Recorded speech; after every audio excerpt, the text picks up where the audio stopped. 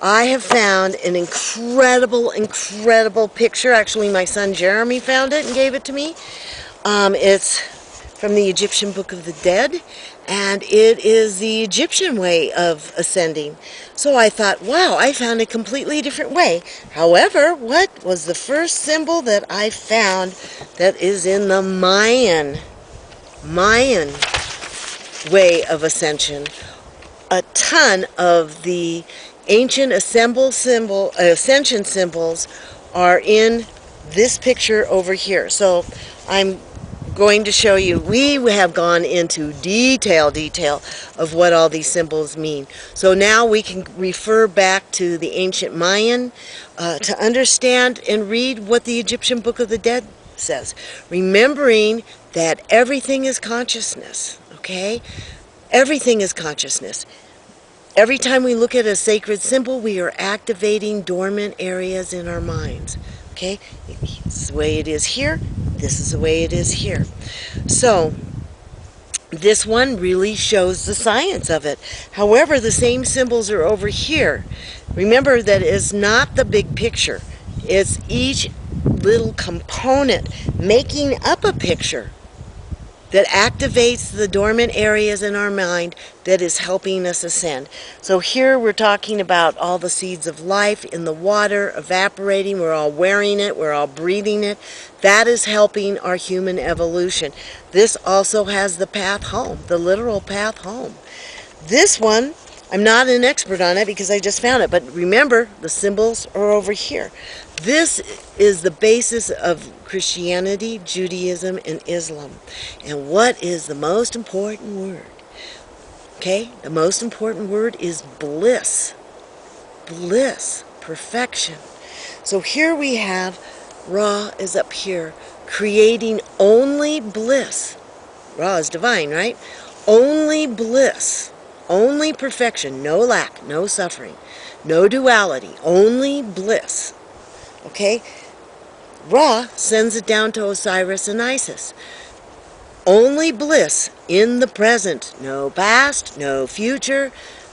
Osiris, constantly dying, constantly being reborn. Isis is. We're the only people who call her Isis. Is, in the now. Constantly changing, constantly being reborn and dying. Sending this information to the Son of God. Horus, Son of God. The Son of God is constantly sending divine, perfect, blissful information to the initiate. That's us. The initiate is always using the pineal gland, and this is where we fell. This is the word, pineal gland. Pine cone. Pine cone, pine cone. Okay. The pine cone is what keeps us connected to the divine intelligence. Okay, now, you're going to look at the picture just for a second. Here we have, eek, literally, eek, right here. Remember how we have the, looks like dice, number 5? Okay, right here. We have these lines. This is going, you're actually going through the porthole. You're actually going through the porthole. Excuse me. This is one heart. Okay, one heart. Using your pineal gland, one heart connecting to the divine. So we're not only using our pineal gland, but we're using our heart. Okay? So that's what this is. This is what gets us through the gateway. Remember? This is the slit that we're passing through. This is the first number one thing that we do is get our pineal gland and our heart working with divine intelligence, connecting to the Son of God. When we connect to the Son of God, only bliss is going to occur around us. We will be divine. That is in consciousness and in energy frequency that we are in the process. Remember this sign, of creating right now. We are at our peak of learning how to create perfection. So it's not my idea of perfection or your idea of perfection. It is the idea of perfection. But you use your heart and your pineal gland to focus on the Son of God, and all things will be given to you without lack, without pain, without suffering. When we miss the mark and we're focusing off on other places, oh my God, my dog's barking, I got a stomach ache, I'm too fat, my BO is bad. That is always missing the mark, okay? When we miss the mark, we're sinning. That's what the word sin means. Doesn't mean you've gone out and done something horrible to someone else, which is really doing it to you.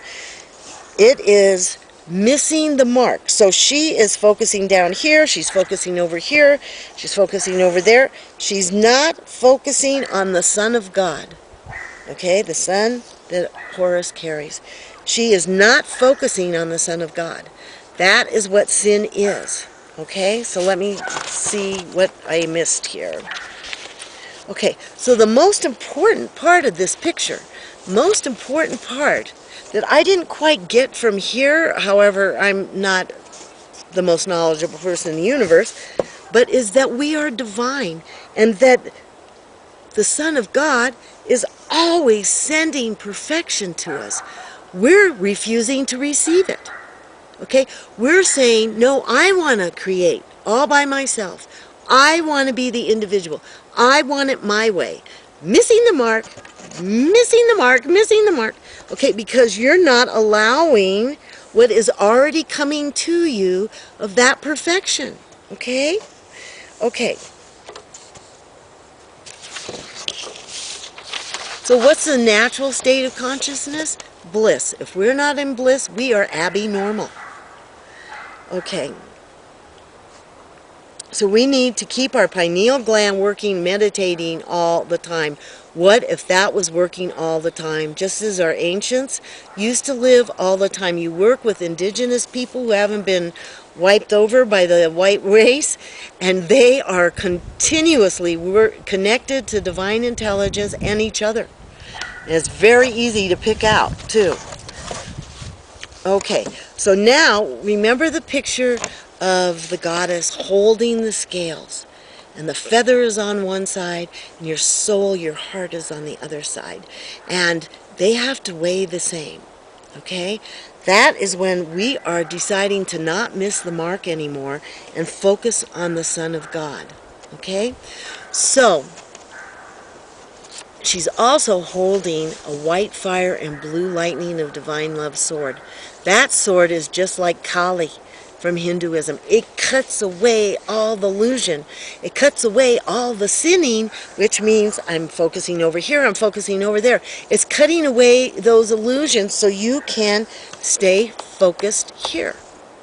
Okay, now what our angels are doing for us right now is cutting away 2/3 of all the illusion. That's why people are getting caught in all their lies and all their deceit and all their stealing and all their not paying their taxes,